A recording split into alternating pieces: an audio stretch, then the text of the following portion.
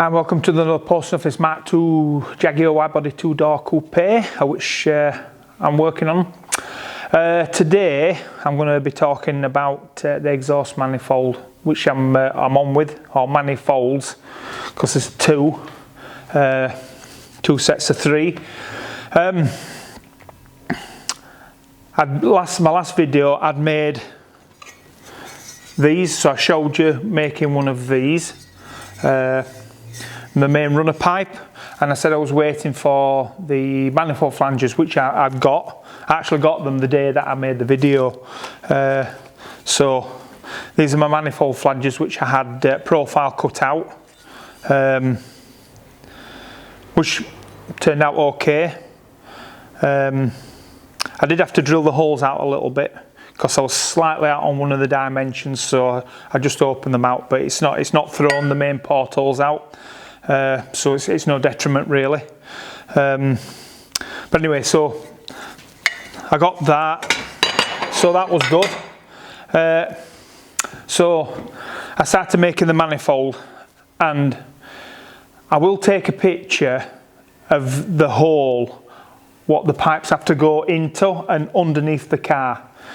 It's tight. I think I mentioned that in my last video, I'm not sure, but it is tight in there. I'd say it's as tight as a Yorkshireman, but I don't think it's that tight. But anyway, so I've had a right job trying to make these. Now I will put on also my calculations. I've not brought them with me, but I've got another part of the video to make up at home on the computer of the seats, which I'll show you as well, which I've been doing while I've been doing the manifold. But the manifold runner length is just shy of 3 foot.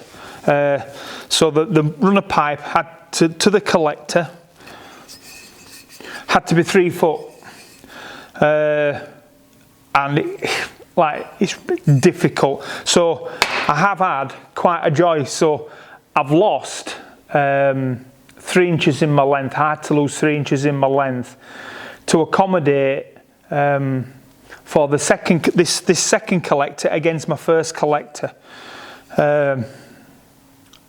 But unfortunately I've had to compromise because I literally have no room, and I couldn't see any way of doing what I was trying to achieve with my runner lengths. My first runner length that I made, so I did number 6 to come from the back of the engine, because obviously that's at the back and it's coming, the pipes come, I'll show you with the manifold in a sec, but the pipes come down, around and under. So if I got number 6 in, that will give me a base value, as it were, for position of all the other pipes that will go to the main collector on 4, 5 and 6, and my 1, 2 and 3 collector is going to come at side, and then the 2 pipes will then just at a 45-degree angle come underneath the car.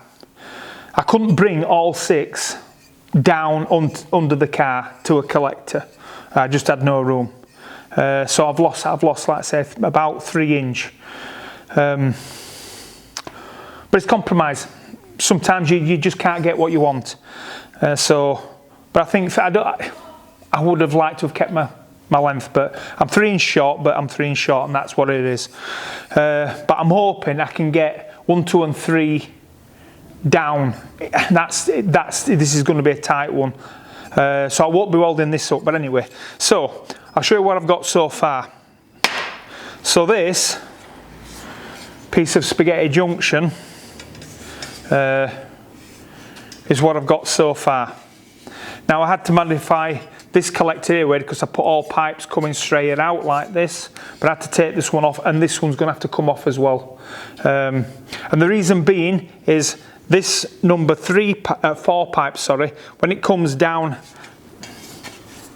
to here like this, it has to come around, back around, up and over like this. So it's going to look like this, but it'll come underneath this pipe here.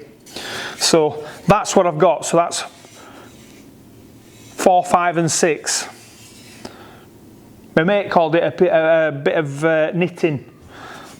So yeah, they've been knitted together. And also some of you will be saying there's some tight bends in there. There are. But it's the same thing. Because I don't have any room, I'm having to compromise somewhat. But saying that, the gas speed velocity that comes out of the engine from the book I looked at, so a standard engine roughly works between 1,300 and 1,400 feet per second is the gas speed velocity that comes out of an engine. So your initial pipe bends, it doesn't impede that much, but obviously every bend is a restriction, as it were, for gas flow, and so it does slow down a lot. But hopefully I won't ruin it that much by the bends I've got in. But they are nice and fair, they are good mandrel bends of these, so hopefully I'll not lose too much. But like I said, we have to compromise sometimes, and there we are. So that's what I've got there. I have worked out, I got stuck because I've run out of bends. I haven't wasted any. It's just there's more bends in it than that I calculated for, but it's not a problem. So I've ordered some more bends, so I'm waiting for those coming. That's why I've been on with the chair. And I've also ordered the pipes to run down the car. So this is the collector pipe point is 50mm OD. So it's running two 50mm OD pipes running down the length of the car to the back silencer, which I made, which I discussed slightly in my last video, I think. All the couplings, they're not going to be male-female type couplings. I got these couplings, so if anybody's seeing them, that goes onto one pipe, that goes onto the other pipe. They're put together with a bit of exhaust paste in between them, and then I've got this nice clamp which will pull them all together and make a perfect seal, and these are machined so they've got a perfect face. So I've got another, I think it's 4 of those I've ordered. So these are for the 2 that go on here like that, and I've got the others for the back part of the car, because the pipes have got to go over the drive shafts in the IRS back axle, where they naturally went through originally. So I've got to couple those 2 pipes that I'm making from the main 2 runner pipes. They've got to be coupled at the front of the axle and then at the back of the axle to the silencer. So that's what I've got to do with that. So that's where we are with that. I've actually enjoyed that. It's been quite but it's taken some time. But like I said, I did have to chop the bits up I'd already made and restart it again. And this is, like I said, this is what I've come up with. But it is tight in there. Anyway, so bear with me a second. So the seat, I've been working on the seat. So let me just put that there. So the seat back, I talked about the seat backs. So the seats that I'd bought, and I'll take a picture of that as well, because I'm sure I've got a video of that, because I've recovered them in leather. But they're quite big at the back, they're rounded here for the backrest, and they go in the car, but they're a bit too much. So I decided, and also to try and lighten the car up a little bit, I wanted to make it like bomber seats, what they put in old racing cars. So I designed a seat, and like I say, I'll show you the CAD model I've got. So I've started, so this is 2.5mm aluminium. I did the drawing, the CAD drawing, I opened it out. I couldn't print it at the time, I actually scribbled it down on paper, the drawings, because my printer mashed up like every other pretty much electrical item that I've had.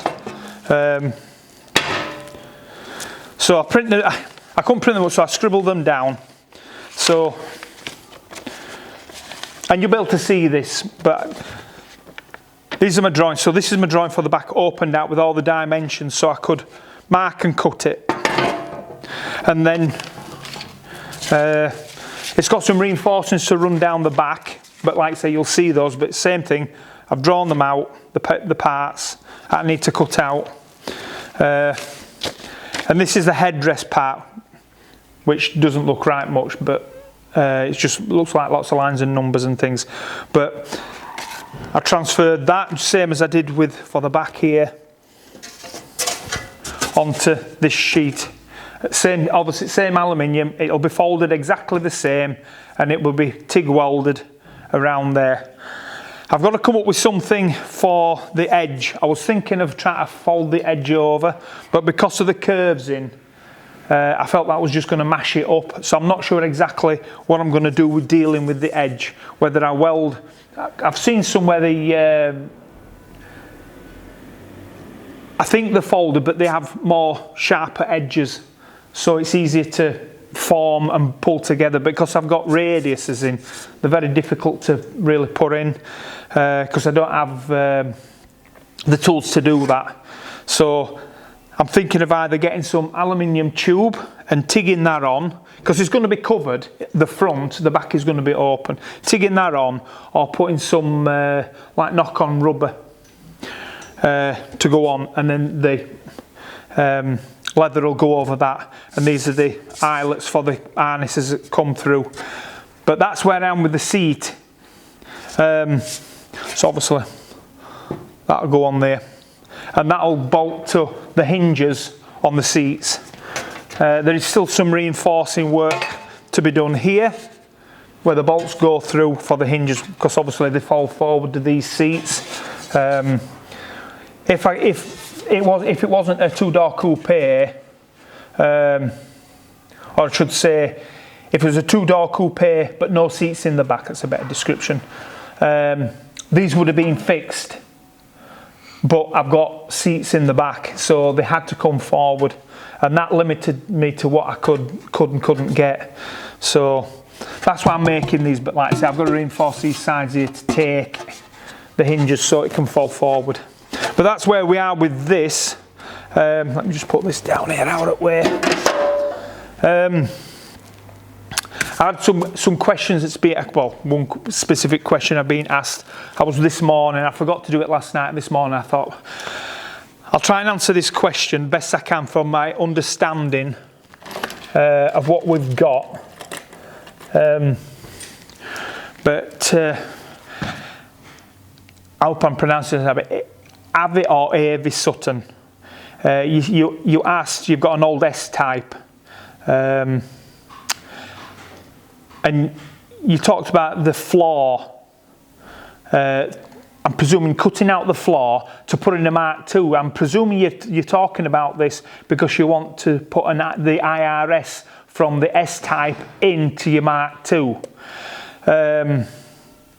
I've never seen that done. I'm not saying it can't be done, because I've seen some videos with quite a number of different vehicles, the whole floor pan with the running gear just put into the car, onto a shell. My comments would be on that, just for cutting something out and just welding something in.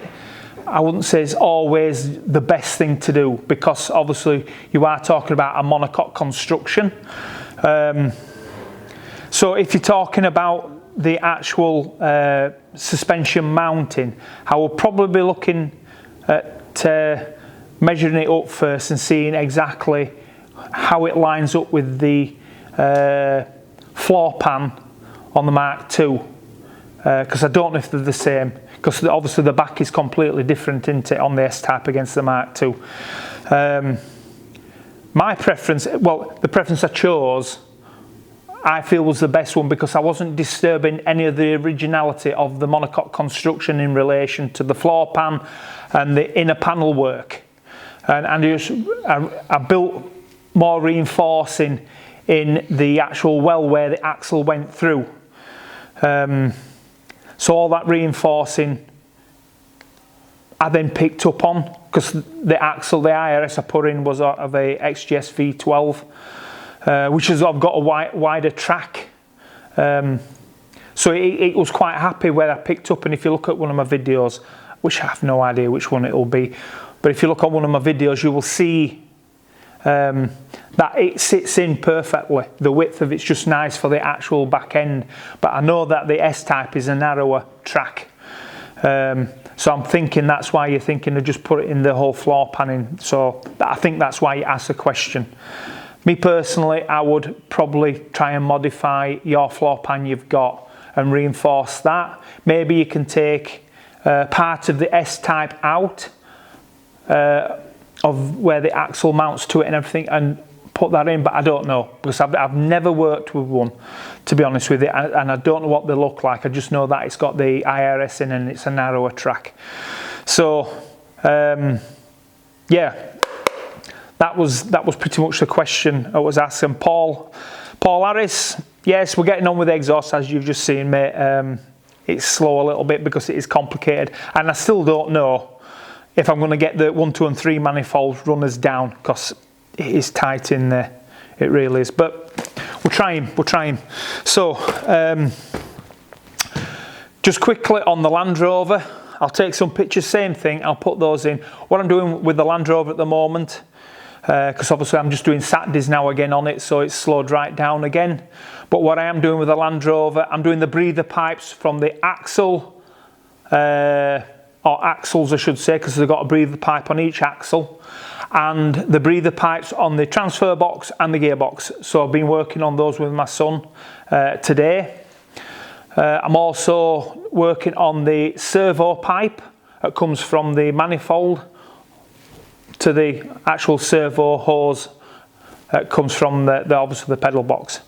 So I've been working on that, and that's about it really. Like I say, it's really quite slow. Oh no, sorry. I've been working on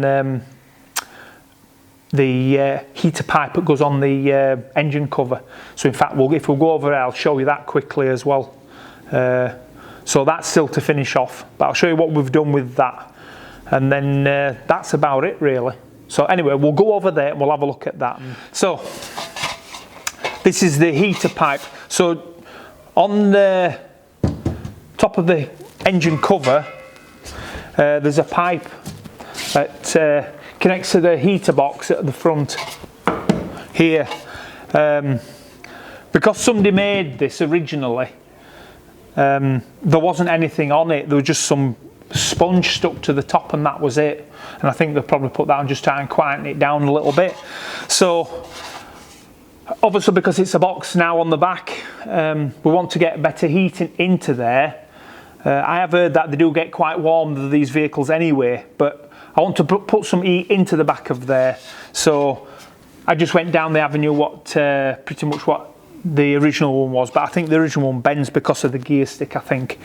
Obviously the gear stick on this is there and not over here. So I think the other one, like I say, bends. But anyway, so what we've got is this. So basically just an oblong box with an hole at that end and an hole at that end. It is going to have a pipe welded in there and there. So a flexible hose can go from the heater to here, and then from here it's going to have another box, I think, where there'll be another flexible pipe that comes off this onto this rail. It's going to transfer heat more evenly out into the back, but that's just going to go on there like that. And the thing is, with this being on there, it's also going to straighten this up a bit, because there is a bit of a gap there, so it will straighten that up there. So that's what we've got there. So that's what I've been doing as well. Yeah, so yeah, I'll put the video in of this stuff I've done with the seat, so you can see that, so you can see exactly what it'll look like when it's done.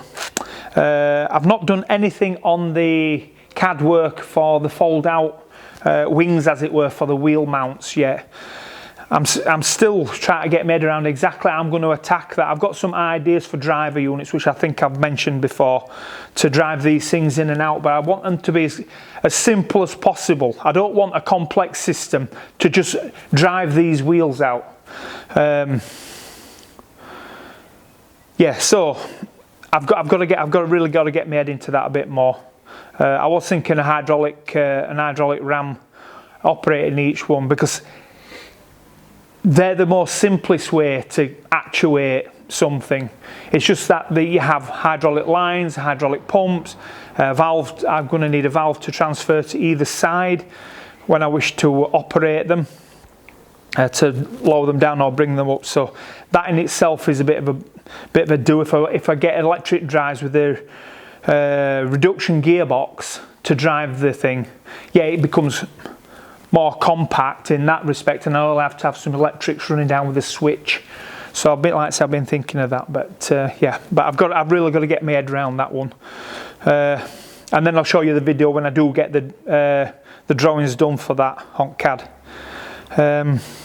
But yeah, that's it. So as promised, I said I would show you some stuff which I'd done on CAD, and I would show you the book of which I've been using to come up with the calculations for the pipe size, diameter and the runner lengths and so forth.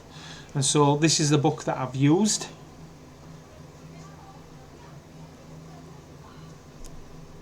And two clever people there. I'm not sure when it was originally published, but when I look at some of the pictures and stuff inside it, they are quite old, but it does talk about in this book how the design understanding has not changed really, even as today's standards, even though some of the stuff in here really is of an old, you know, sort of like 60s, 70s sort of stuff. I suppose one could say, well, we've moved on since then, but the science behind it apparently is the same, and there is no reason to say that it wouldn't be. Anyway, so yeah, that's the book which I got my formulas from. Let me just go to the page. So, in fact, hold on. So,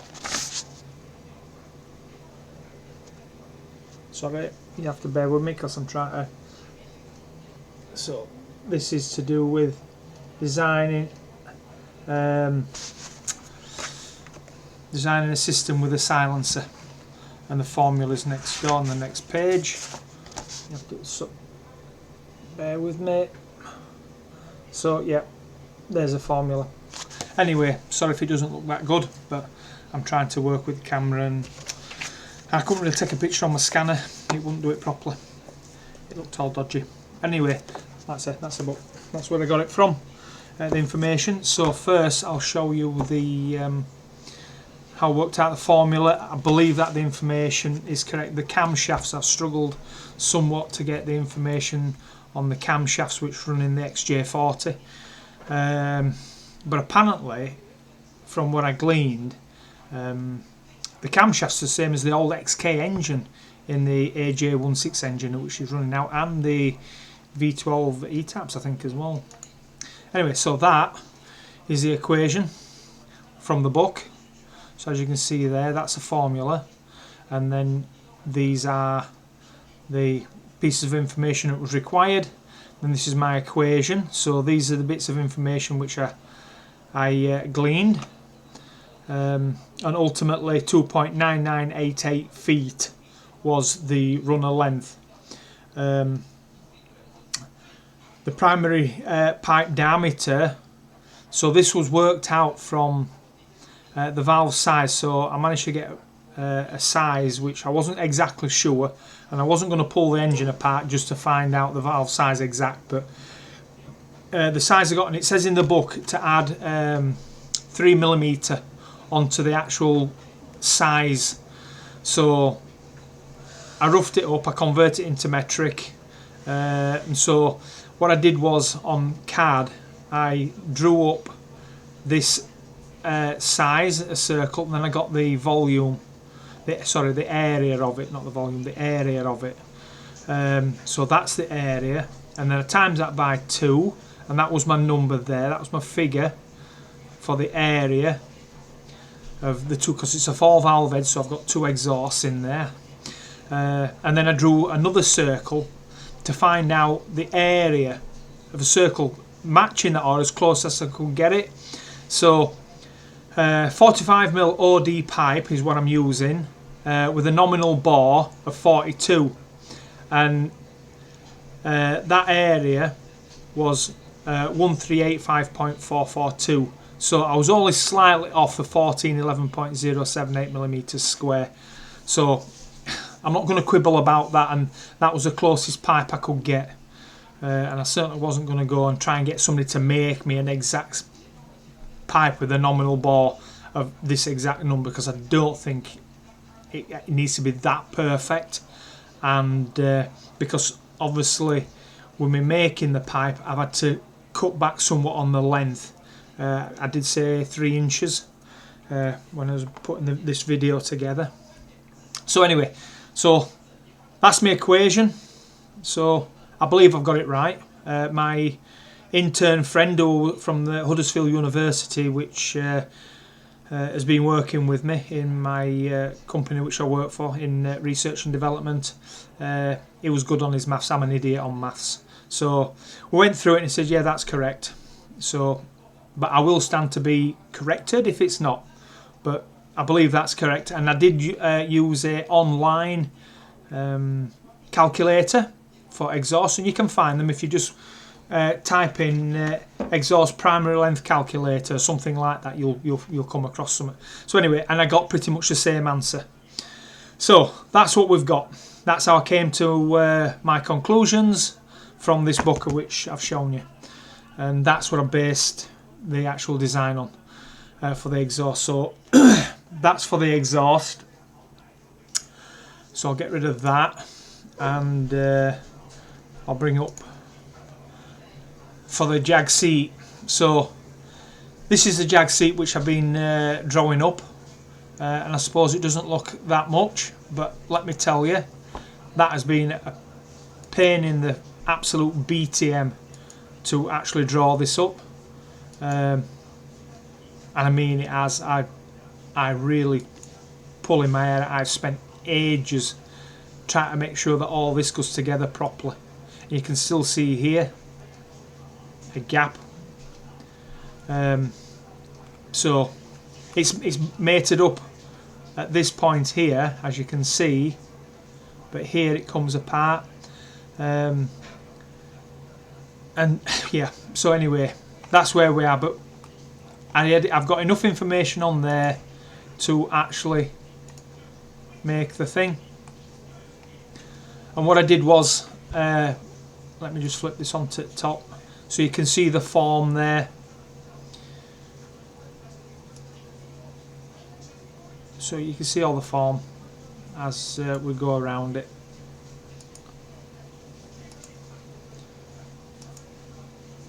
So like I say, it's got a good form in it.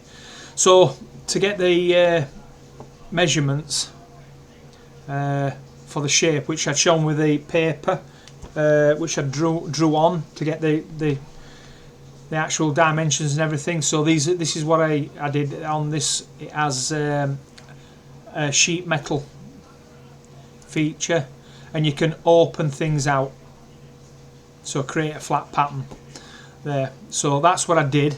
So this is the headrest part, as you can see, and so I took the dimensions of this, which you saw on the paper, and I did the same with the back, because obviously these two, they're in two parts of these.